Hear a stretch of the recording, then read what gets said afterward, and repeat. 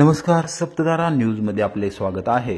आज रविवार दिनांक 1 सप्टेंबर 2024 न्यूज बुलेटिनमध्ये जाणून घेऊया आजच्या ठळक घडामोडी। कुमठे गावाचे ऋण मी कधीही विसरू शकत नाही, आमदार शशिकांत शिंदे। ग्रामदैवत श्री भैरवनाथ मंदिर सभामंडप उभारणीच्या कामाचा शुभारंभ। कुमठे गावाने आजवरच्या राजकीय जीवनामध्ये मला मोठी साथ दिली आहे। या गावाचे ऋण मी कधीही विसरू शकत नाही। भविष्यकाळात देखील कुमठे गावाच्या सर्वांगीण विकासासाठी कुठेही कमी पडणार नाही। जास्तीत जास्त निधी या गावासाठी देण्याचा शब्द देतो, अशी ग्वाही माजी मंत्री आमदार शशिकांत शिंदे यांनी दिली। कुमठे तालुका कोरेगाव येथील ग्रामदैवत श्री भैरवनाथ मंदिर सभामंडपासाठी 10 लाख रुपयांच्या निधीची तरतूद करण्यात आली आहे। त्याचबरोबर पंचायत समितीचे माजी सभापती राजाभाऊ जगदाळे यांच्या प्रयत्नातून Jarandeshwar sugar mills private limited यांनी आपल्या CSR फंडातून 30 लाख रुपयांची तरतूद केली आहे। या कामाचा शुभारंभ रविवारी सकाळी 11 वाजता आमदार शशिकांत शिंदे यांच्या हस्ते व मान्यवरांच्या उपस्थितीत झाला। त्या प्रसंगी ते बोलत होते। सातारा जिल्ह्याने मला भरभरून प्रेम दिले आहे आणि या प्रेमाच्या जोरावर मी संपूर्ण महाराष्ट्रात काम करत आहे। कुमठे गावाने आजवर दिलेली ताकद फार मोठी आहे। या ताकदीच्या जीवावर आपण मतदारसंघाचा विकास करू शकलो आहे। कुमठे गावाच्या विकासामध्ये कोठेही कमी पडणार नाही, असेही त्यांनी निदर्शनास आणून दिले।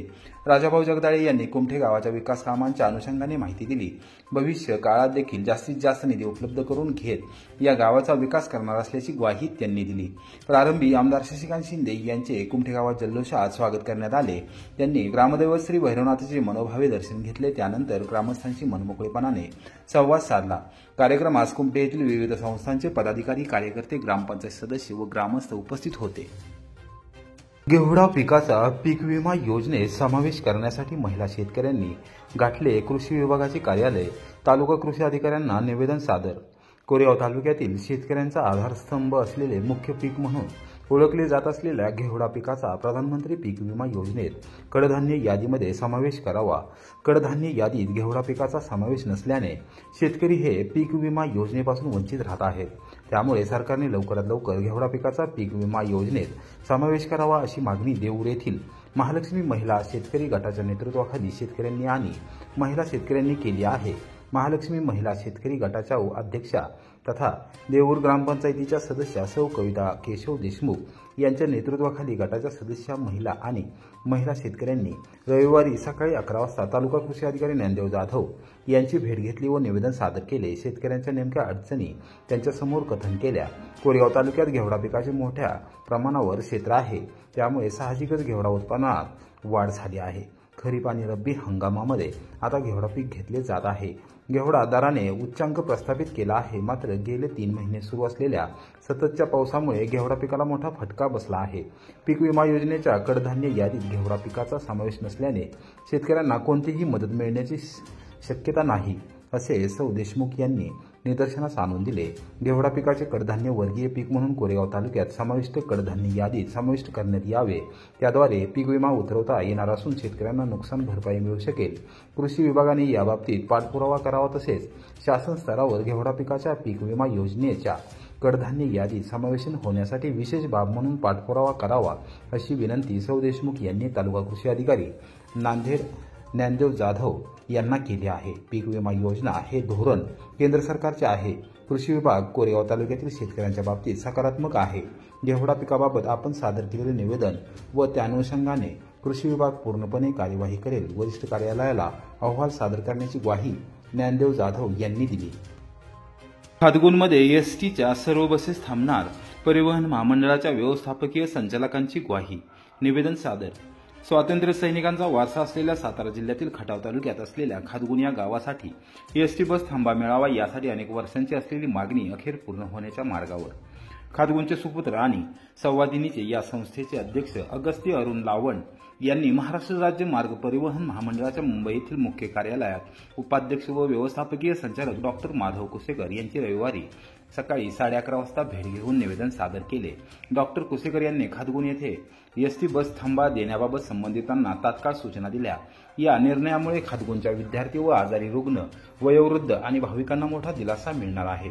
राज्य सरकारचा क वर्ग देवस्थानचा दर्जा असलेल्या खादगुणमध्ये देशाच्या स्वातंत्र्याच्या 75 नंतरही साधी ST बस आलेली नाही याची खंत गावकऱ्यांच्या मनात कायम होती।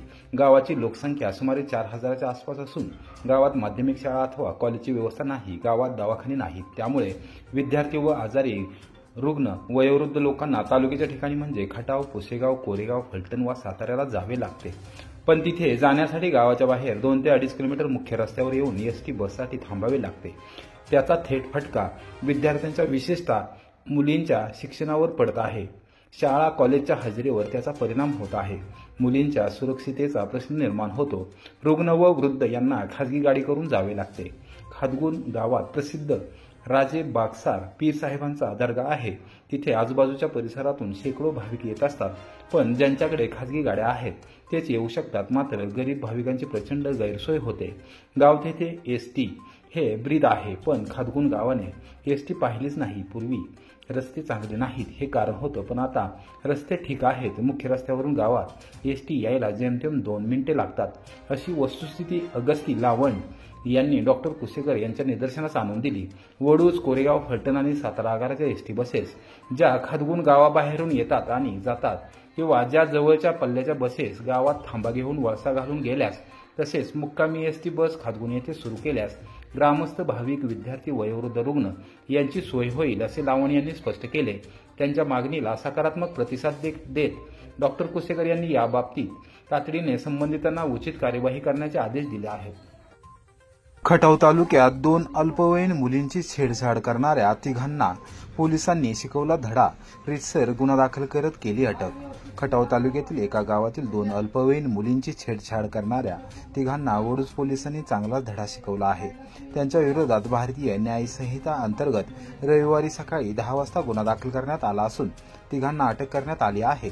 2 अल्पवयीन मुली शाळेत जात असताना तिघांनी त्यांची छेडछाड केली, त्यांची भर रस्त्यात अडवणूक केली। याबाबतची माहिती पोलिसांच्या निर्भया पथकास समजल्यानंतर वडूजच्या उपविभागीय पोलीस अधिकारी श्रीमती अश्विनी शेंडगे यांनी तात्काळ कारवाई करण्याचे आदेश दिले।